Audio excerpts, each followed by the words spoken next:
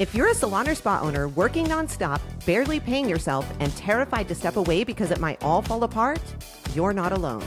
Most salon and spa owners were never taught the business side of this industry, and that makes it feel impossible to get ahead. Welcome to the station, where we give you the structure, systems, and strategies to step into the CEO seat and lead like the legend you are.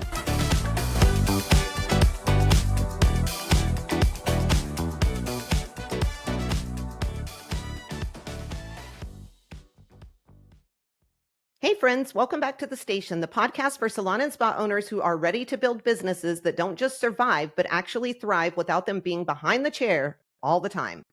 I'm Bree, founder of the Beauty Biz Agency, and as always, I've got my co-host, co-founder, and bestie here with me. Hey Chandra, how are you? Hello, doing good this morning. It's a little crazy, but good. Crazy as life, girl, crazy as life. All right, everybody, let me ask you this. Have you ever looked around your salon and thought, inside, we are absolutely amazing, but outside, it feels like nobody even really knows what we stand for or that we exist? Well, if you have, you're not alone. There are so many salon owners who feel like the industry's best kept secret. Your work is solid, the team is talented, your salon is gorgeous, but the brand, it doesn't stick in people's mind. People walk out and they're not really sure how to describe you. Clients don't really talk about you, and you feel like you're constantly hustling just to be noticed. Well, that's going to end right here today because we are going to talk about it. Branding isn't about logos. It's not about fonts. It's not about color palettes. Branding is the story that people tell about you when you're not around, when you're not in a room, when they aren't in your studio. It's what makes people remember you, makes them choose you, and makes them come back to you, most importantly. If you've been maybe just blending in instead of standing out, then this episode is definitely for you. But before we get into it, we are going to tell you about one of our BBA members who came to us with everything looking really good on the surface. Honestly, she had a beautiful salon, a really talented team, a great, strong service menu, but the business, it just blended in. Her social media was polished, I guess you could say, but it didn't really say anything. Clients couldn't explain what made that salon different. Retail was really, really flat. They did nothing with it. Add-ons weren't happening at all. Pre-booking was spotty at best. It was just like one of those quick cuts or super cuts. I hate to say it, but that's kind of what it was. So we worked together to kind of rebuild her brand, not by adding services, not by changing prices. So many people think that's what it's about, but we did it by tightening the message and making the guest experience intentional. From the way the phone was answered, to how consultations started, to the kind of content that was being posted on social media. She stopped trying to be for everyone and started owning exactly who they were for, and that is key. 5 months later, her referrals tripled, retention shot up, and the team, they weren't just showing up to go to work anymore, they were actually invested. The salon went from it has potential to it has an amazing presence. Chandra, I know you remember this. What do you think was the biggest shift that they made that kind of made everything finally click for this salon owner, the team, and the brand itself? Yeah, I do think that consistency with the guest experience was huge, and them just dialing in like, this is who we are. When you come here, this is what you get. This is what you should expect. This is how you're going to leave. And I think dialing that in really made their team also feel like they have more of a purpose, and they understand more of the expectation that is set for them. And like if you're branding yourself as being something that is a high standard or that higher level, your team also kind of aligns with that, and they start to present themselves in that high standard and that higher level. And then the clients feel that, and that becomes your brand, and that becomes like what your salon is about. And it doesn't have to be that, but it can be whatever your vibe is, that you want to have for your business. But I think tightening in that guest experience for her and really, really nailing all of that down really made a huge impact. Absolutely. I think you said a lot that was very profound there. I think most salon branding is surface level, right?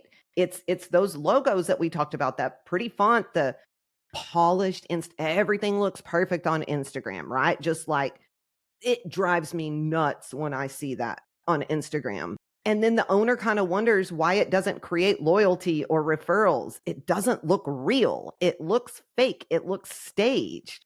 If you want a brand that works, one that people talk about, one that keeps clients actually coming back, one that gets you noticed, you have to nail 5 things at least, and we're gonna talk about those right now. The first one is identity. Who are you and why do you exist? Your brand is who you are, or that's what it should be. It's how your team describes where they work. It's what your clients say when they leave, when they're talking to their friends, when they're talking to their family. It's the feeling people carry after being in your space. And at the center of all of that has to be your why. Why does this salon exist beyond making money, right? What do I want people to say when they talk about us? What do I want us to be known for long after the guest leaves or after, somebody has come to us for the first time? If your brand feels very confusing and messy, it usually means your why is not clear at all, or it means you haven't communicated it well to the clients. Chandra, we see this happen quite often, but when owners finally define their why, it seems like things suddenly fall into place. Why does that happen? And can you think of an example where you saw that, where it made a very big impact? Yeah, I mean, I think the owners sort of have a surface level why, or maybe at one point they had a really deep why and then they forgot because things got crazy and they stopped living that, And I think when they redefine it and they start actually making decisions based off of that, moving the business in the direction of that, and actually using that as the basis for everything that they do, then it just really changes the whole trajectory of the business within the employees, the clients, like everybody starts to see that. And I think even what I've seen, with our members is when we first sit down with them and they're saying like, yeah, we're like, what's your why? They have sort of kind of know, but then they have to dig deeper. And once they start to figure that out, like when I've seen that firsthand, it's amazing because then they're like, it's just like having an employee handbook in a way, right? Like if you have your employee handbook and you're like, these are the policies, these are the things, these are the expectations, we all follow it, right? It gives you a path, it gives you a roadmap, it gives you something. And so defining that why, I think, does that same thing for the owner. It gives the owner a path, it gives the owner a roadmap for literally everything in your business. If you know what your why is and you're going to brand your business to follow that why, then it's all going to work, right? It's all going to come together and not be chaotic and not make any sense. And so I think that's, when I've seen that with our owners firsthand, that's what we've noticed. Like it starts to make everything have a purpose of where that business is going. And I think we see 2 types of people. We see those that have the very surface level why or no why at all, right? Kind of, because when it's surface level, you really don't have one. Or we see the other type that have this long poetic type of why that doesn't resonate in any way. It's like they went into Chat GPT and they're like, give me a why that sounds good for being a salon owner. And it doesn't resonate with that owner, with the team, with what they want to build in any way. Your why is very, very personal, or it should be. And Chandra is what? Right. It should be behind every decision you make for yourself, for your business, for your team moving forward.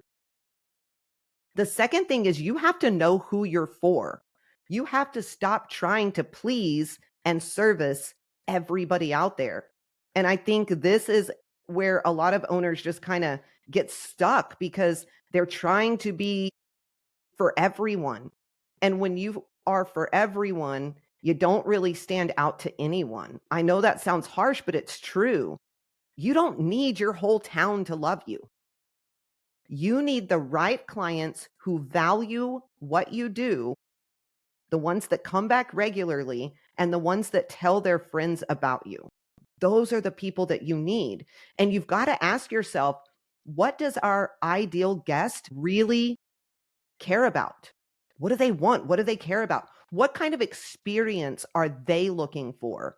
Why do they choose us? And why would they leave us? I think that is a very, very important question. When you know who your ideal guest is, things like pricing, policies, social media content, and even the vibe in your space, like Chandra said, they all start to kind of make a little more sense. Chandra, have you seen a salon just take off once they stopped trying to serve everyone and they started owning who they were really for?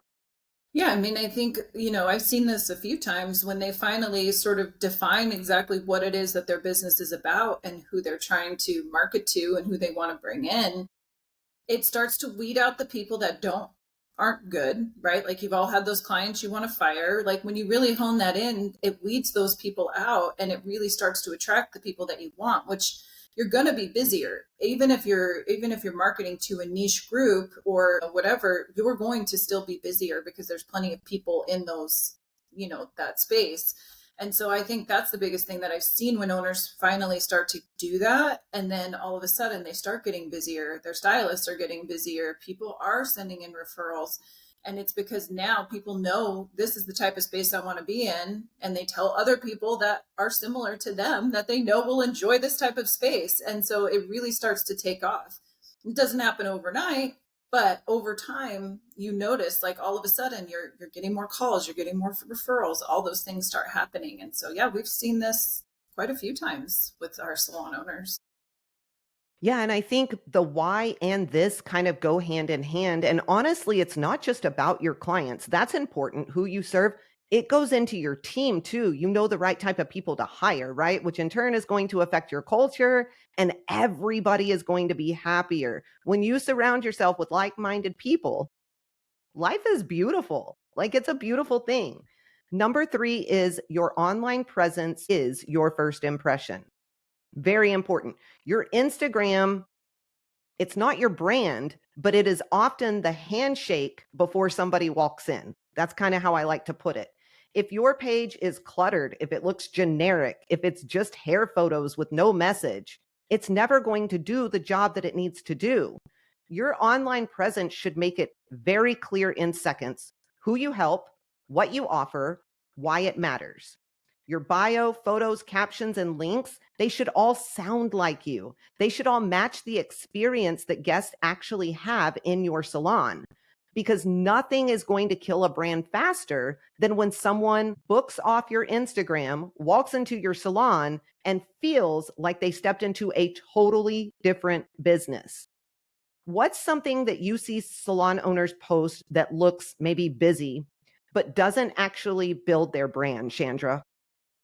Honestly, like I feel like I see a lot of things that don't even make sense. Like I'll see people posting these posts or stories that don't even always have anything to do with their business, or they're just sharing things from product companies or putting things on there that they don't show their team. They don't show, it's just random posts of nothing. And then they're frustrated. I post all the time, but I never get anything from it. And I'm like, if I go to your page, I have no clue what the heck you're even trying to get from any of this because it's all over the place.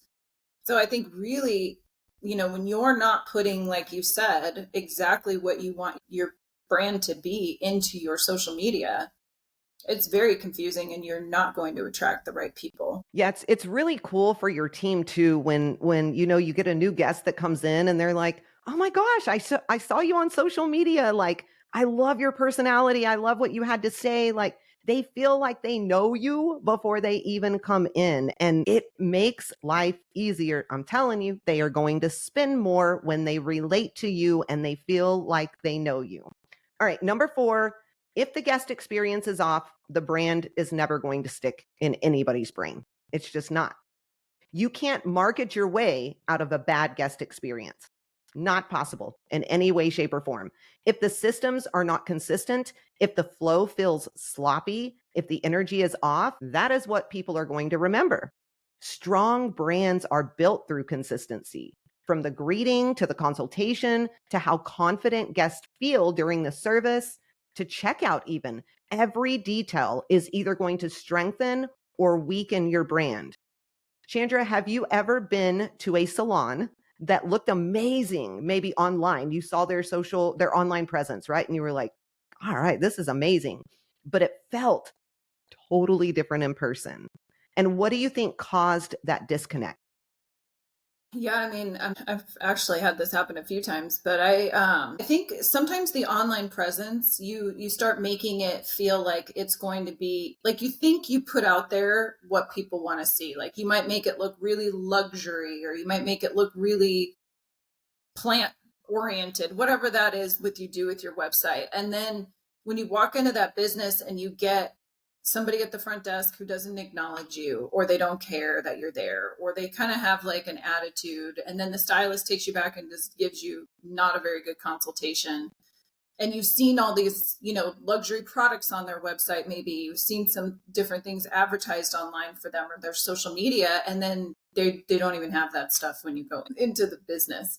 So I've had that happen a few times where I try places. I'll see stuff and I'm like, I'm gonna go get a blowout. I just want to see, how this salon operates, or this looks really cool online. Let me go check it out. And then kind of a letdown when you go in and you're like, I saw you guys doing this stuff on social media and none of that stuff is happening in here, and it doesn't have a good feeling. Yeah, absolutely. All right, number 5, if the team doesn't carry the brand, it dies. I think this is one of the most important points. A brand can't just live in the owner's head or their thoughts or their vision. If your team doesn't understand it, if they don't believe in it, if they don't carry it out, it is going to die. That's all there is to it. Your team is a huge part of the brand. They are your brand. They are the ones delivering that experience every single day. So you have to anchor the brand in them. Talk about values, not just visuals. Break it down into simple everyday actions. This is who we are. This is what we do. Call it out when somebody isn't doing it well. And you need to revisit these things very, very frequently. When your team knows what the brand is, and they see themselves as part of it, your culture literally becomes unstoppable. Unstoppable. What's something you've seen work really well when an owner needed their team to carry the brand instead of just knowing about it, Chandra? Well, I mean, definitely you have to be putting this front and center in front of your team all the time. And I would say this is something that even changed for my business when we really started driving this home and getting everybody aligned. It's probably the hardest part of your job with your employees. Like it's easier to train them most of the time on how to do a haircut than to actually like follow a guest experience the way you want it to be done. And so really training your team, like I find making sure that you have sort of an onboarding process that is really driving it into them over and over again. Like we do what we call an immersion for my salon. And it's like we say everybody has to drink the Kool-Aid, because if you don't get aligned with these things, you can't work here, because this is who we are. This is what we're about. And so we're very protective of that. And we do monitor it and make sure everybody is doing their guest experience or holding the values of the business, very strongly. And once you get that driven into them, I think it gets really easy. And then they actually start to be the ones to uphold it when you have new team members and they're like, hey, trying to help everybody get to where they need to be and doing everything the way that they're supposed to be doing it. And I think that's the biggest thing is you have to keep putting it front and center. You have to keep drilling it into them, because that's the hardest thing I think sometimes to get. You're really training them to sort of do kind of fit in your box a little bit, which, that sounds bad. But at the same time, if you're going to have a consistent brand, they all have to be working in that same direction and doing the same thing. And so you've got to really put that in your onboarding over and over and over again. Well, and it's there's such a fine line, and I think this is one of the reasons that people kind of shy away from this, salon owners do, is because yes, you want them to live in that box, right?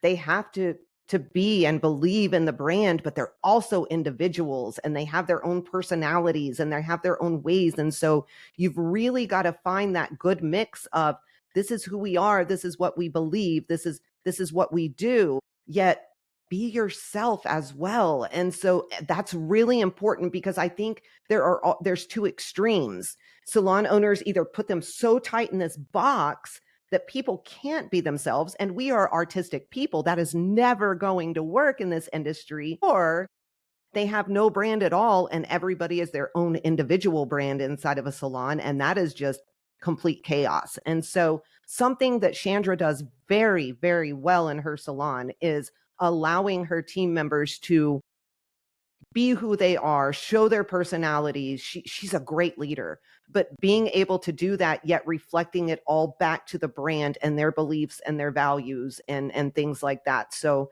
if you guys need a good example to look at, check her salon out because she is fantastic when it comes to this. Okay, let's make this all practical. Here are 4 steps that you can take this week to tighten your brand and stop just blending in. Number 1, clarify your why. Take 30 minutes. 30 minutes, yes. Think about it. Think about it in depth. Write it out. What does this business do? Why does it exist beyond money? What do I want people to say, right, when they talk about us? This is going to become your filter for every decision that you make. Number 2, define your ideal guest. Be specific. Who energizes you? What matters most to them? Like time, experience, results. Does your space, pricing, and content reflect those things that you're thinking about? Number 3, audit your brand inside and out. You want to walk through your business like a guest. I mean, every single part of it. You want to do it online, right? Is your Instagram and website, are they clear? Do they show who you really are? In person, does the guest experience match what you promise? And then pick 3 things that feel off and try to get those fixed in the next 30 days. The next step is anchor the brand in your team. Hold a 20 or 30-minute huddle, meeting, whatever. Share your why. Define what the brand looks like in daily actions. And it's okay to reintroduce this. This is something new. This is what we're going to do from here on out. And then make sure that you're watching after you do that and celebrate those people who are living it, right? You have to remind them constantly that they are the brand. They are the brand. Chandra, out of these steps, which one usually makes the biggest shift right away for owners? I think defining your why. I mean, once you have a clear path yourself, then you can start putting all the other things that matter into place. Well, yeah, I agree with that 1,000,000% because every single decision you make comes from that, right? And so if you don't have that, nothing that you're doing makes sense. It may sound harsh, but it's absolutely true. I have had to audit my business 1,000,000 times and go back and be like, why are we even doing this? And what does this even mean? Because it has nothing to do with who we are and what we stand for and what my why is as a business owner. So it's really, really important, guys. If you have not audited your business in a while and figured out your why and gone through everything, you really, really need to do that. All right, let's get to this week's listener's question. It came from Kara in Montana. Chandra, she asked, what do you do when a stylist wants to leave and take all of the client information and clients with them? This is a never ending challenge in this industry, I swear. I mean, for me, I think it's really, you have to set that expectation up front. People need to know what your policies are around these things. If you don't have something written, or what happens with client information, 9 times out of 10, that information is given to the business. If you give that information away, you can get in trouble for that. If the client is contacted by that stylist and they didn't want that person to have their information, that person can then come after your business and sue you for that, or can, cause a lot of problems for you. And so I think, if for me, if somebody wants to leave and they're not a good fit for my business, then good luck somewhere else. And if those clients are going to go find them, they're going to find them on social media, they're going to find them out in the world, they're going to find them if the client wants to leave. So there's no sense in being crazy and holding information hostage. But at the end of the day, it is private information that was given to the business. And so we just chalk it up like that. Like, this is private information. It's part of the salon. You want to go find your clients on social media, go follow them all. Like, it doesn't matter. So I think people need to stop being so crazy about it, but just be black and white. Like, this is the situation with client information. That's what I got. Yeah, and something else that I want to say, and I think everything you said was great, is I know that this feels personal. As an owner, I get it. But you cannot get emotional and you cannot go into panic mode. When owners start gossiping or bashing a stylist who's leaving or who has left, it's horrible. And don't say that you don't do it, because I can guarantee you every single salon owner out there has done it. I've done it. Not proud of it, but I've done it. It makes clients trust the stylist that's leaving more or that left more and the owner less. That is the reality of the situation. You have to keep it professional. You have to. And then you have to communicate clearly with the clients too. If a stylist leaves, you need something like Chandra said, a system, right? A proactive message that's ready to go. It needs to be ready to go, stating, so and so is no longer with our salon, but don't worry, our team is here to take care of you. We will help you transition to a stylist who fits your needs and make sure your experience stays seamless. You want to make it about continuity and care, not drama. There are some clients that are going to want to stay with your salon. That's just the reality. And it's not tacky to send out a message like this. That's taking care of your team and taking care of your business, right? You have to focus on the retention that you can control. Sure, you're going to lose some of them. That's the reality. But many of them, they are going to stay. And like Chandra said, protect yourself legally and financially.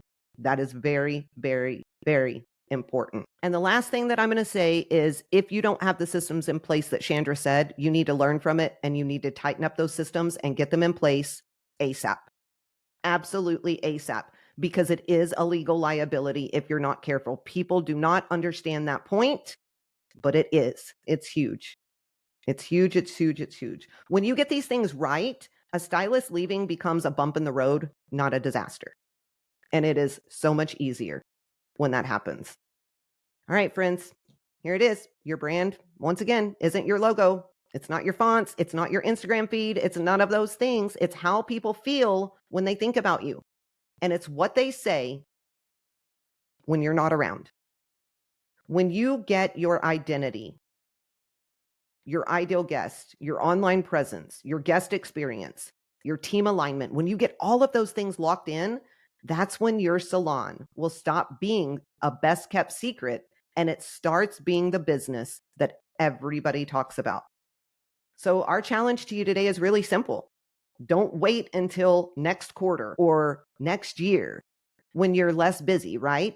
Take 30 minutes this week. Clarify your why, define your ideal guest, audit that experience, and anchor it with your team, especially coming into the most busy season of the year for salons. Like, get it done ASAP, and you will start to see a shift in your business.